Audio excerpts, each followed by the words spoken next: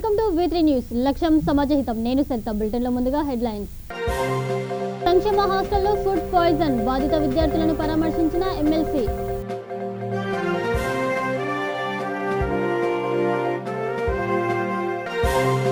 MLC ఎన్నికల్లో Vithal విజయకేతనం, returning అధికారి వద్ద నుంచి ధృవీకరణ పత్రం స్వీకరణ.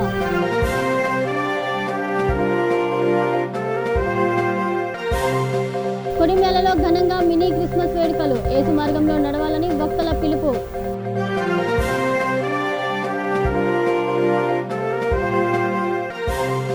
వనస్థలిపురం భక్త సమాజం ఔదార్యం, ఇంజాపూర్ గోశాలలో మూడోసారి గరుకురాయి ప్రతిష్టాపన. ఇక డీటెయిల్స్ లోకి వెళ్తే, గీతా జయంతి సందర్భంగా వనస్థలిపురం భక్త సమాజం మరోసారి గరుకురాయిని ప్రతిష్ఠించింది. సంతోషిమాత ఆలయం గోశాల నిర్వాహకుడు బాలాజీ నాయుడు సహకారంతో డోంగ్రీ మహారాజు గోశాలలో ఈ కార్యక్రమం నిర్వహించింది. వేద పండితులు దంటు సూర్యనారాయణమూర్తి ఆధ్వర్యంలో పోచిరాజు శ్రీరామ్ దంపతులు తొలుత గోపూజ చేశారు.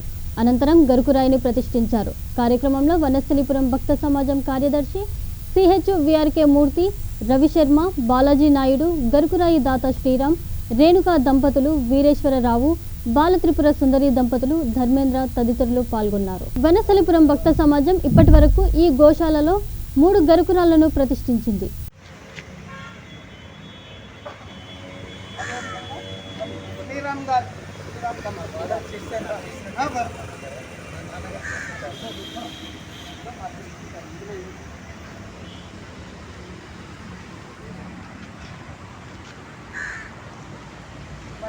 ఇక్కడ ఎంతో సహకారం అందించిన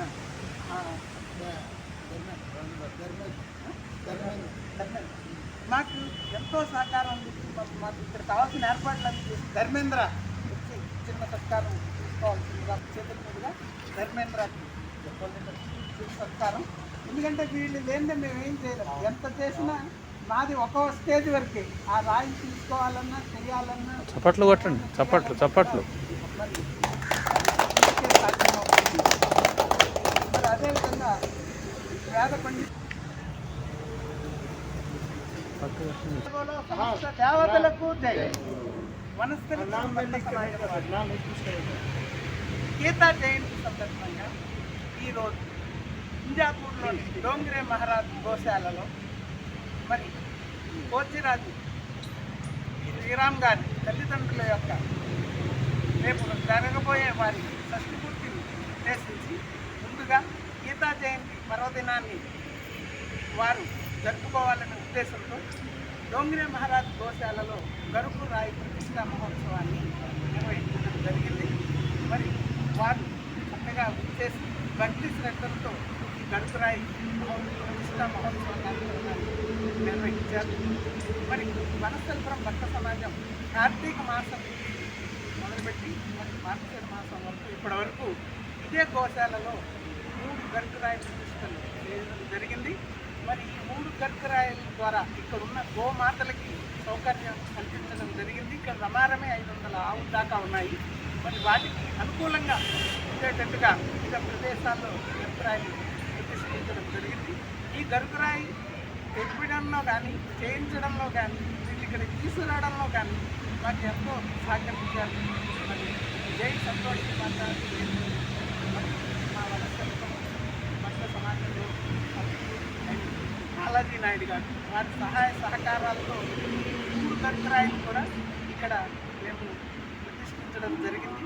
మరి పోచిరాజు శ్రీరామ్ గారి తల్లిదండ్రులు నిజంగా ఎంతో ధన్యులు. ఎందుకంటే వారి అబ్బాయి మంచి కార్యక్రమాలు చేయిస్తారు. వారి పుట్టినరోజుకి గత సంవత్సరంలో కూడా చక్కగా గోపూజలు అవి నిర్వహించారు. మరి ఇటువంటి విద్యార్థులు భక్తిపరులు సత్పరులు వారి కార్యక్రమం చేయడం చాలా ఆనందదాయకం. మరి ఇక్కడ ఈ డోంగ్రే మహారాజ్ గోశాలలో కూడా మాకు అనుకూలంగా అన్ని వసతులు సమకూరుస్తున్న ఇక్కడ స్టాఫ్ కానీ మరి ఇక్కడ పనిచేసే వారు కానీ గోశాల వారు కానీ మాకు అన్ని విధాలుగా సహకరిస్తున్నారు. మరి అదేవిధంగా మా సభ్యులు అయినప్పటికీ రవిశర్మ గారు మరి ఇవాళ ఈ కార్యక్రమం 3 కార్యక్రమాలు కూడా దంటు సూర్యనారాయణమూర్తి గారు పురోహితులు వేద పండితులు వారి సారథ్యంలో నిర్వహించడం జరిగింది. ఉమ్మడి ఆదిలాబాద్ జిల్లా ఎమ్మెల్సీ ఎన్నికల్లో విజయం సాధించిన అధికార TRS అభ్యర్థి దండే విఠల్ రిటర్నింగ్ అధికారి వద్ద నుంచి ధృవపత్రాన్ని అందుకున్నారు. ఉమ్మడి ఆదిలాబాద్ జిల్లాలోని స్థానిక సంస్థల ఎమ్మెల్సీ స్థానానికి జరిగిన ఎన్నికల్లో 742 ఓట్ల భారీ ఆధిక్యంతో ఘన విజయం సాధించారు. ఈ సందర్భంగా మాట్లాడుతూ తనను భారీ ఆధిక్యంతో ఎమ్మెల్సీగా ఎన్నుకున్నందుకు ధన్యవాదాలు తెలిపారు. చలో ఈ ప్రెస్లో కూడా చాలా చెప్తే వాళ్ళు పాపం పరిస్థితి సంతోషం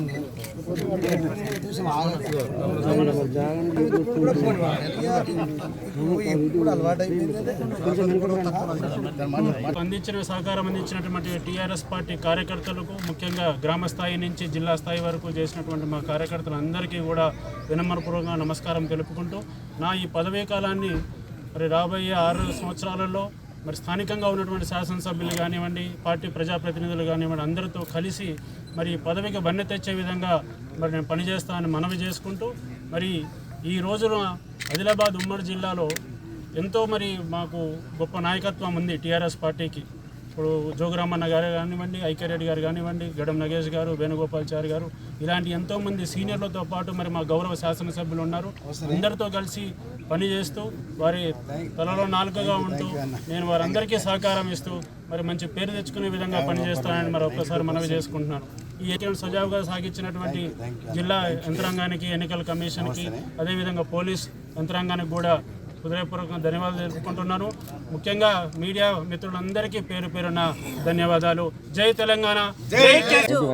కౌంటింగ్ జరిగిన తర్వాత ఒక టిఆర్ఎస్ పార్టీ దడ్డి విట్టాలన్న గారు సాధించారు.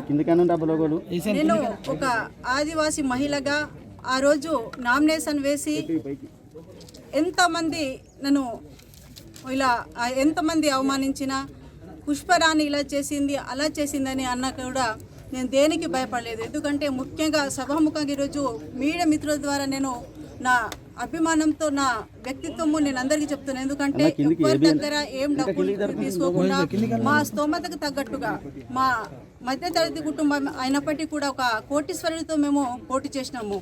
అయినప్పటికీ కూడా క్రాస్ ఓటింగ్ జరిగింది కాబట్టి అక్కడ ఉన్నటువంటి ఆఫీసర్లు కూడా నేను బైన్సలో వెళ్ళడం జరిగింది. కావాలనే టిక్ కొట్టడం, లేకపోతే కావాలనే సైన్ కొట్టిపించడం, మ్యాక్సిమం 42 ఓట్లు మావి లాస్ అయినాయి. అంటే ఇది వాళ్ళు ఓటమికి భయపడి చాలా రకాలుగా వాళ్ళు చేశారు కాబట్టి ఇప్పుడు వాళ్ళే గెలిచారు. అయినప్పటికీ కూడా నేను ఓటమిని నేను నైతికంగా ఆ రోజే గెలిచాను కాబట్టి ఓటమికి నేను బాధపడతలేను. మున్ముందు ఇంకా చాలా అవకాశాలు ఉంటాయి. ప్రతి ఓటమి వెనుక విజయం ఉంటుంది కాబట్టి దీన్ని నేను చాలా సంతోషంగా ఫీల్ అవుతున్నా. ఓడిపోయినా కానీ నేను సంతోషంగానే ఉన్నాను. అందరూ కూడా కూర్చొని మాట్లాడడం జరిగింది. అయితే మరి ఏం చేశారేమో కానీ నాకు మ్యాక్సిమం అయితే 79 ఓట్లు వచ్చాయి.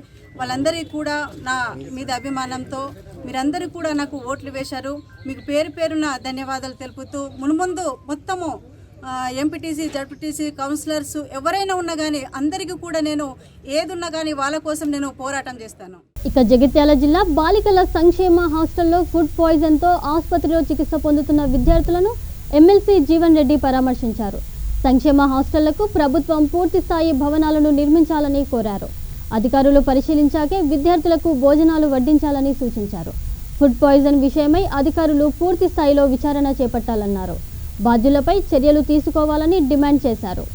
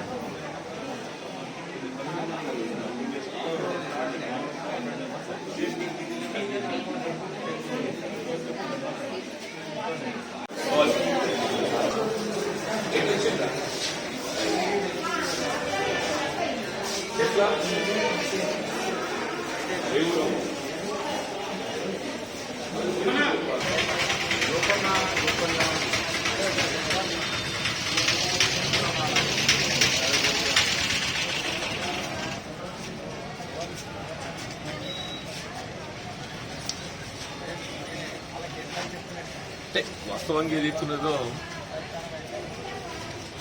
జగిత్యాల పట్టణంలో ఎస్సీ రెసిడెన్షియల్ స్కూల్ ఫుడ్ పాయిజనింగ్తో పిల్లల అస్వస్థతకు గురి కావటం. సరే అదృష్టం ఏంటంటే ఇంకా ఎవరు కూడా ఇబ్బంది పడేటువంటి ఒక ప్రమాదకరమైన పరిస్థితులు లేకపోవటం ఒక విధంగా అదృష్టం అన్నమాట. బట్ బేసిక్ కాంప్లైంట్ ఏదైతుందో మళ్ళీ ఫుడ్ పాయిజన్ కావడానికి ఒకటి రైస్ నాన్వాల పడటం అంటే పూర్తిగా ఉడకకపోవడం. ది అదర్ థింగ్ పిల్లలు ఎవరిని అడిగినా ఒకటి అన్నం ఉడకకపోవటము, రెండోది పెరుగు ఏదైతున్నదో కొత్త స్మెల్ ఇచ్చి అది కూడా చెడిపోయి ఉన్నది. ఈ రెండు కారణాలతోనే ఇది జరిగింది. వాస్తవంగా రెసిడెన్షియల్ స్కూల్కి ఎక్కడే కానీ ఫుడ్ సర్వీస్ చేయబోయే ముందు కేర్ టేకర్ ఈ వండిన వంటలను అన్నింటినీ కూడా అబ్జర్వ్ చేయాలి. ఇట్స్ అ మ్యాండేటరీ రూల్, అది ప్రొవిజన్. అది ఇక్కడ హాస్టల్లో దాదాపు 500 మంది పిల్లలు ఉన్నారు. 500 మంది పిల్లలకు మనం వంట సర్వీస్ చేయబోయే ముందు ఏదైతున్నదో అసలు వంటలు అవి ఏ మేరకు నాణ్యత కలిగి ఉన్నది అది గమనించి పరిశీలించాల్సిన బాధ్యత కేర్ టేకర్. కానీ ఆ విధమైనటువంటి ఏ పరిశీలన లేకుండా వండేవాడు వండుతుడు పెట్టేటోడు పెడుతున్నానంటే చెప్పాలి. దాని పర్యవసానం గత సంవత్సరం కోవిడ్ నేపథ్యంలో మొత్తం రెసిడెన్షియల్ స్కూల్స్ అన్ని మూతపడ్డాయి. ఇప్పుడు పునః ప్రారంభం తదుపరి ఏదైతుందో వాటి నిర్వహణకు కావలసినటువంటి యొక్క క్యాటరింగ్ సర్వీస్ వర్కర్సే కానీ కేర్ టేకర్సే కానీ పూర్తి స్థాయిలో విధుల్లో లేకపోవడంతో మేనేజ్మెంట్ ఏదైతుందో ఇంప్రాపర్గా ఉండటంతో ఇది జరిగిందని చెప్పి. వనస్థలిపురం సుభద్రానగర్లోని శ్రీ సీతారామచంద్రస్వామి ఆలయ పునర్నిర్మాణ పనులు శరవేగంగా కొనసాగుతున్నాయి. ట్రస్టీ చైర్మన్ బొమ్మిశెట్టి సత్యనారాయణ, ప్రధాన కార్యదర్శి సత్యశివకుమార్, డాక్టర్ కొనకంచి వేణుగోపాల్, జిఆర్ఎల్ ప్రసాద్, రాజేంద్రన్ అలగిరి, నిర్మల సారథ్యంలోని నూతన కమిటీ నెల రోజుల క్రితం పునర్నిర్మాణ పనులను చేపట్టింది. ఆలయ కమిటీ సభ్యురాలు నిర్మల తన వంతుగా 50,000 రూపాయల విరాళాన్ని అందజేశారు. పనులను వీలైనంత త్వరగా పూర్తి చేస్తామని ఆలయ కమిటీ సభ్యులు చెప్పారు. దాతలు ముందుకొచ్చి తమ వంతు సహకారం అందించాలని విన్నవించారు.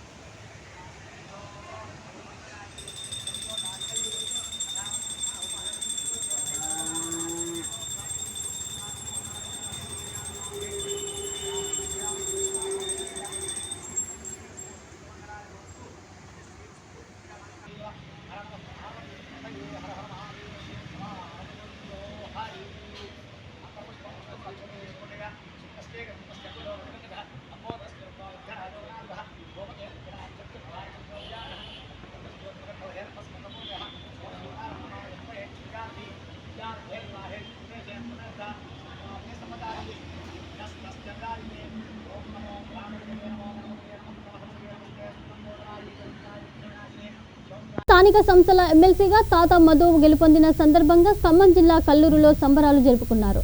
బాణసంచ కాల్చి మిఠాయిలు పంచారు. ఈ సందర్భంగా రైతు బంధు జిల్లా సభ్యులు పసుమర్తి చంద్రరావు, మండల కన్వీనర్ డాక్టర్ లక్కినేని రఘు మాట్లాడుతూ ఇది టీఆర్ఎస్ సాధించిన మరో విజయమన్నారు. రాబోయే ఎన్నికల్లో ఇదే స్ఫూర్తితో పార్టీని బలోపేతం చేయాల్సిన అవసరం ఎంతైనా ఉందని అన్నారు. కార్యక్రమంలో టీఆర్ఎస్ పార్టీ మండల కార్యదర్శి కొరకొప్పు ప్రసాద్, యూత్ అధ్యక్షుడు Ramakrishna, market committee vice chairman Venkateswara Rao పాల్గొన్నారు. వాళ్ళ పార్టీ వాళ్ళు రకరకాలుగా ప్రచారాలు చేసుకుంటూ వచ్చారు. ఎమ్మెల్సీ ఎలక్షన్లో ఈ స్థానిక సంస్థ ఎలక్షన్లకి మరి తాతా మధు గారిని పార్టీ డిసైడ్ చేయడం, కేసీఆర్ గారిని డిసైడ్ చేయడం జరిగింది. ఎందుకంటే ఆయన దగ్గర 5 years నుంచి మాకు తెలిసిన కానీ పార్టీ సెక్రటరీగా, స్టేట్ సెక్రటరీగా ఉండి పార్టీకి సీఎం గారు కేసీఆర్ గారు ఏం పని పురమాయించితే ఆ పని ఆయన కష్టపడి ప్రతి ఎలక్షన్లో పాల్గొని ఆయన పాల్గొన్న ఎలక్షన్లు అన్నీ కూడా దిగ్విజయం గెలిచినాయి. ఆయన మంచి వర్కర్గా, ఒక యువకుడిగా అన్ని రకాలుగా ఉపయోగం ఉంటుంది పార్టీకి ఆలోచించి ఒక యువకుడిని తీసుకొచ్చి పార్టీ ఎమ్మెల్సీ ఇవ్వడం జరిగింది. దానికి వేరే పార్టీ వాళ్ళు ఆయన ఇక్కడోడు కాదు, ఆయనకి ఇటువంటి అని చెప్పి అన్నారు. ఈ ఖమ్మం జిల్లాలో స్థానికులకు అనుకుంటున్నారు అట్లా తప్పది. ఇక్కడ పార్టీని వేసారు కానీ ఓట్లు వ్యక్తి కాదు ఇక్కడ ముఖ్యం. పార్టీ టీఆర్ఎస్ పార్టీ ఏది డిసైడ్ చేసేది. ఒకప్పుడు రంగయ్య నాయుడు గారు తీసుకొని ఇక్కడ పెట్టారు కాంగ్రెస్ వాళ్ళు, ఇక్కడ జిల్లా వాడు ఆయన అట్లా కాదు. ఇది జిల్లా అనేది కాదు, వర్కరా కాదా, పార్టీ పనిచేస్తా లేదా, పార్టీకి ఎంతవరకు పనిచేస్తా అని ఆలోచన చేశారు. అదేవిధంగా మన కాన్స్టిట్యూన్స్ ఎమ్మెల్యే గారి ఆధ్వర్యంలో, వెంకటరెడ్డి గారి ఆధ్వర్యంలో మంచిగా జరగడం జరిగింది ఎలక్షన్. అందరూ కూడా ఎమ్మెల్సీ దాంట్లో టీఆర్ఎస్ అభ్యర్థి అయిన తాతా మధు గారు 240 మెజారిటీతో గెలవడం జరిగింది. ఒక యువకుడైనా మన ముఖ్యమంత్రి గారు టికెట్ ఇచ్చి మన జిల్లా వ్యక్తి అయినా టికెట్ ఇచ్చి పంపించడం జరిగింది. అందరికీ కొత్త అయినా గతంలో అనేక ఎస్ఎఫ్ఐ సిపిఎం వాటిల్లో పనిచేసిన ఇప్పుడు మన పార్టీలో ఈ నవ యువకుడికి ఇచ్చి ప్రోత్సహించడం జరిగింది. కాబట్టి అందరూ కూడా సమన్వయంతో తను గెలిపించడం జరిగింది. ముఖ్యంగా మన నియోజకవర్గానికి వస్తే కంద వెంకట వీరయ్య గారు ప్రత్యేకమైన శ్రద్ధ తీసుకోబట్టి మన నియోజకవర్గంలో ఉన్న అన్ని ఓట్లలో దాదాపుగా ఒక 4-5 తప్ప మిగతా అన్నీ కూడా మరి మన టీఆర్ఎస్కి పట్టడం జరిగింది. అదేవిధంగా కొన్ని కాంగ్రెస్ ఓట్లు కూడా మన దాంట్లో పట్టడం జరిగింది. కాబట్టి మన కేసీఆర్ గారి ఆశయానికి తగినట్టుగా తను ఈ తెలంగాణ రాష్ట్రాన్ని బంగారు తెలంగాణ చేయాలనే సంకల్పంతో మరి ముందుకు వెళ్తూ ఉన్నారు.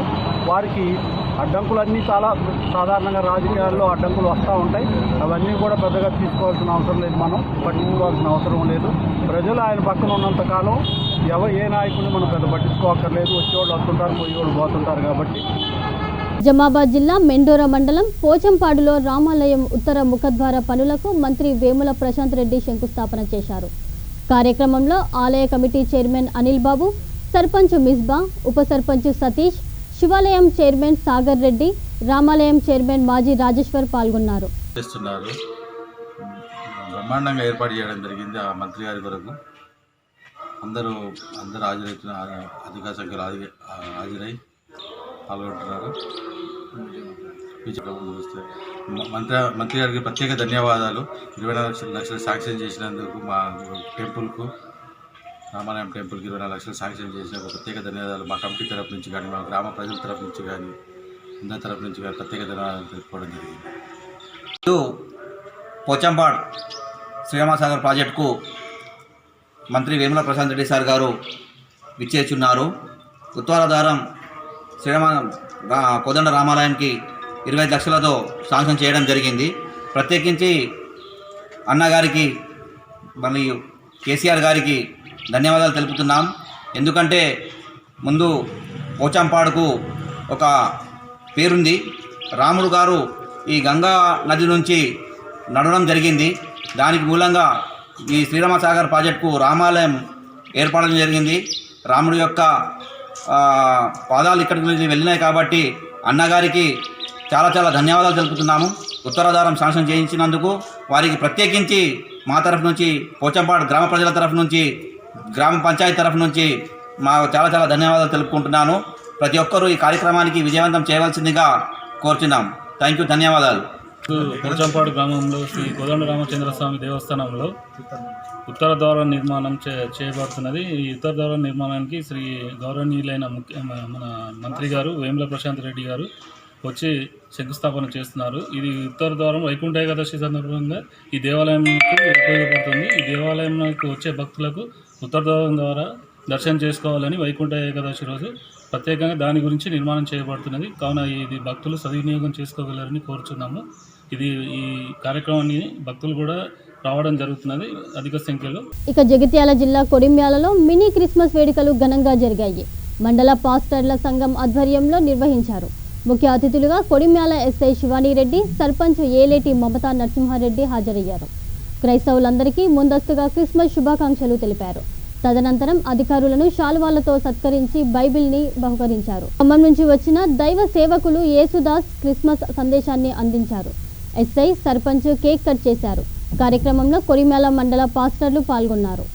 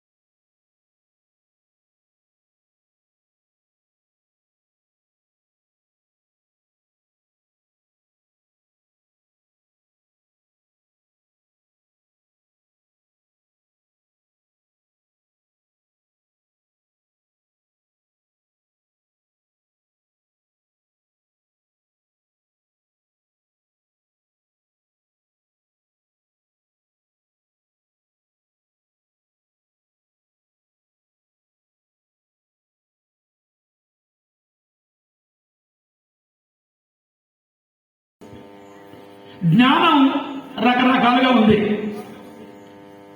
ప్రకృతి సంబంధమైన జ్ఞానం అని పౌలు గారు చెప్పారు. దయ్యముల జ్ఞానం అని కూడా దేవుని వాక్యంలో ఉంది. ఈ లోక సంబంధమైన జ్ఞానం అని దేవుని యొక్క వాక్యం రాసి ఉంది. మీరు బాగా అర్థం చేసుకోండి. ఈ అన్ని కూడా అర్థమే. ఈ లోక సంబంధమైన జ్ఞానం దేవుని దృష్టికి బంగారు తెలంగాణ సంగతి అటుంచితే రహదారులే సరిగ్గా లేవంటూ బీఎస్పీ నకరేకల్ నియోజకవర్గ ఇన్ఛార్జి ప్రియదర్శిని ఎద్దేవా చేశారు. రామన్నపేట మండలంలోని వెల్లంకి గుండ్రంపల్లి రహదారి అధ్వానంగా మారిందన్నారు. కంకర తేలడంతో వాహనాల రాకపోకలకు తీవ్ర అంతరాయం కలుగుతోందని చెప్పారు. తెలంగాణలోని మారుమూల ప్రాంతాల పల్లెల స్థితి ఘోరంగా ఉందన్నారు. ఉన్నతాధికారులు చొరవ తీసుకుని బాగు చేయించాలని కోరారు. కార్యక్రమంలో నియోజకవర్గ అధ్యక్షులు కత్తుల కాంశీరాం, మహిళా కన్వీనర్ పోకల ఎలిజబెత్, కవిత, రాజు, ఉపేందర్, యాదయ్య, శంకరయ్య, ఊషయ్య, నరసింహ పాల్గొన్నారు.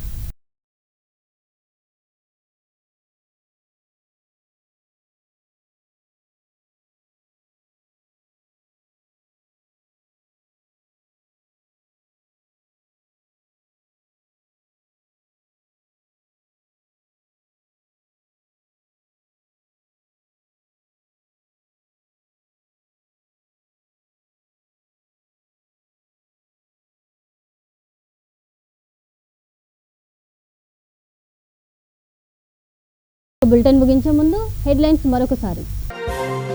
సంక్షేమ హాస్టల్లో ఫుడ్ పాయిజన్, బాధిత విద్యార్థులను పరామర్శించిన ఎమ్మెల్సీ.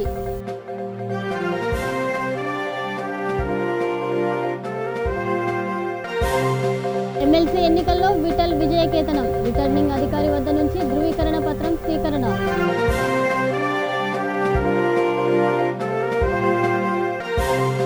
కొడిమ్యాలలో ఘనంగా మినీ క్రిస్మస్ వేడుకలు, యేసు మార్గంలో నడవాలని భక్తుల పిలుపు.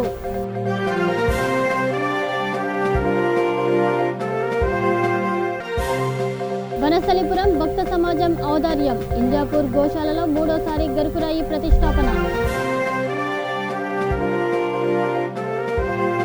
ఇవి ఇప్పటి వరకున్న అప్డేట్స్. మరిన్ని అప్డేట్స్ కోసం చూస్తూనే ఉండండి V3 న్యూస్. లక్ష్యం సమాజహితం.